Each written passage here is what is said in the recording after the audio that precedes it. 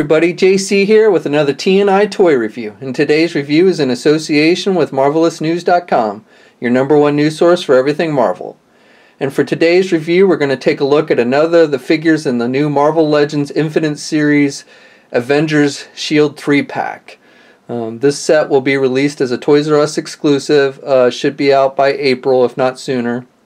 Yesterday we took a look at the Maria Hill figure in this set, and so today we're going to take a look at the Nick Fury figure. Just real quick, we'll go over, it comes in the window box packaging. You've got the Avengers logo up at the top and Marvel Legends logo down at the bottom, along with the character names. Figures are clearly displayed in the packaging. You've got on the back of the packaging images of the three figures with little bios. And again, the Avengers and Marvel Legends Infinite Series logos. Okay, so let's get this open and take a look at what's inside. Okay, so here's a look at the Nick Fury figure outside of the packaging. Now, if this figure is looking familiar to you, that's probably because you've seen it, maybe even already own it. This figure was released previously a couple years ago in that Captain America / Avengers movie 6-inch line that was exclusive to Walmart stores, I believe. So we've basically seen this figure. This figure does have a few minor differences from that figure. Most notably is with the paint apps. He's got basically a black shirt as opposed to the gray shirt. Now I don't actually have that previous Nick Fury figure, so I had Shartimus Prime snap a picture of his for us to give you kind of a comparison here. So you can see basically darker colors. Even the pants are a darker black. A little bit different color with like the buckles on the straps and everything. I actually think this figure looks better with the all black and everything. So I like the paint apps a little bit better on this figure. I also think the head sculpt looks really good. I'm pretty sure it's the same head sculpt. Again, maybe just a little bit different with the paint apps, but I think the head sculpt really looks like Samuel L. Jackson with this figure. So I think Hasbro did a really good job in that regard. He's got the, and this body sculpt is based on that Punisher from the Nemesis wave. And again, we saw this sculpt with the Red Skull and the Captain America and Winter Soldier line. So, you know, this isn't the first time we've seen this sculpt either in the Marvel Legends line. He's now another difference between that Captain America version and this one is also, if you'll notice, the boots are a little bit different. The previous version had like laces on the boots, and these are all black, kind of a glossy black. And then they've also given him different hands.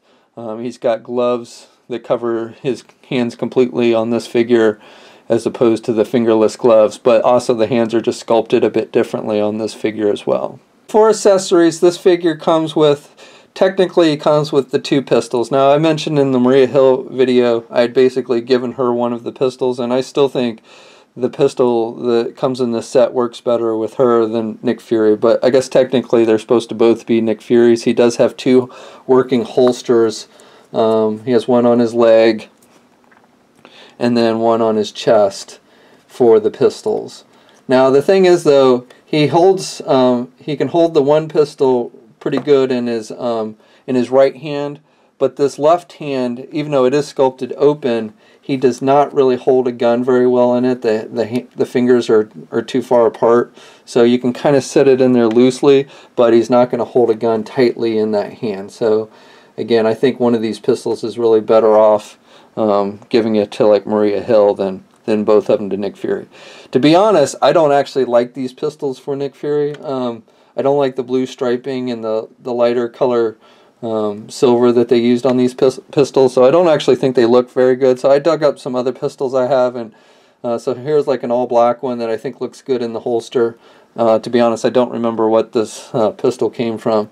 And then I found this pistol in my junk drawer. Again, I'm not sure what figure this originated from, but definitely this looks like more of a pistol that is fitting of Samuel L. Jackson, in my opinion. So these are the guns I've chosen to give this figure. I think they look better than the ones that actually come in this set. Those guns look alright, you know, with Maria Hill holding, or even like Black Widow, but but I don't think they look as good with Nick Fury. They're a little bit on the small side, in my opinion, for Fury. This figure stands at about 6.5 inches tall. He's in pretty good scale. He's in pretty good scale with like Maria Hill, who's definitely shorter. Also, just as another comparison, here he is with Black Widow. So, you know, both of those figures are shorter than the Fury figure. Here's a comparison with the Captain America Avengers movie figure, and you can see they're about the same height. So, I think the overall scale on this figure is pretty solid. So, articulation on this figure is okay. He's got this coat like with the previous version, and the coat itself is that kind of vinyl flexible material. The arms, though, part of the coat are sculpted on the figure, and with the way it's sculpted, you can't really get his arms down any more than that, so that's a little bit of a hindrance to me. He can look left and right. He's got a ball hinge joint, so he can look down pretty good, so he's got good movement at the head. He can get his arm out pretty good. He's got, you know, pretty good rotation. He's actually got that kind of clicky joint there. He's got rotation there at the bicep. He's got double hinged elbows, so he can bend his elbow good. And then he's got swivel hinges at the wrists. So good movement there. He's got that midsection joint where he can rotate and has some up and down movement. Not a whole lot, but not bad. The coat kind of hinders some of the movement, but you can get him to kind of look back some. No waist swivel. Ball hinge joints at the leg, so he can get his leg. You kind of have to do it forward. He doesn't really do splits that great, but you can kind of do it forward and out. He can get his leg forward about that much. The joints are a little bit tight on the figure, and then again he can do his leg back about that much. Coat hinders a little bit. He's got rotation there at the thigh. He's got double jointed knees, and then he's got hinges at the feet. But it doesn't look like he has ankle pivots, just the hinges at the feet, and he does have the swivel at the feet as well. And then 2 peg holes on the bottom of his boots. Okay, so that's my review. You know, overall, I mean, if you already have this figure from the Captain America Avengers movie line, you know, then this figure is probably not nearly as desirable for you. I do think it looks a little bit better than that figure with the darker paint apps, but certainly not drastic enough changes that if you already have that figure, it's really worth getting on its own. But, you know, if you're like me and you don't have that figure, then I think it's definitely nice to be getting it in this set.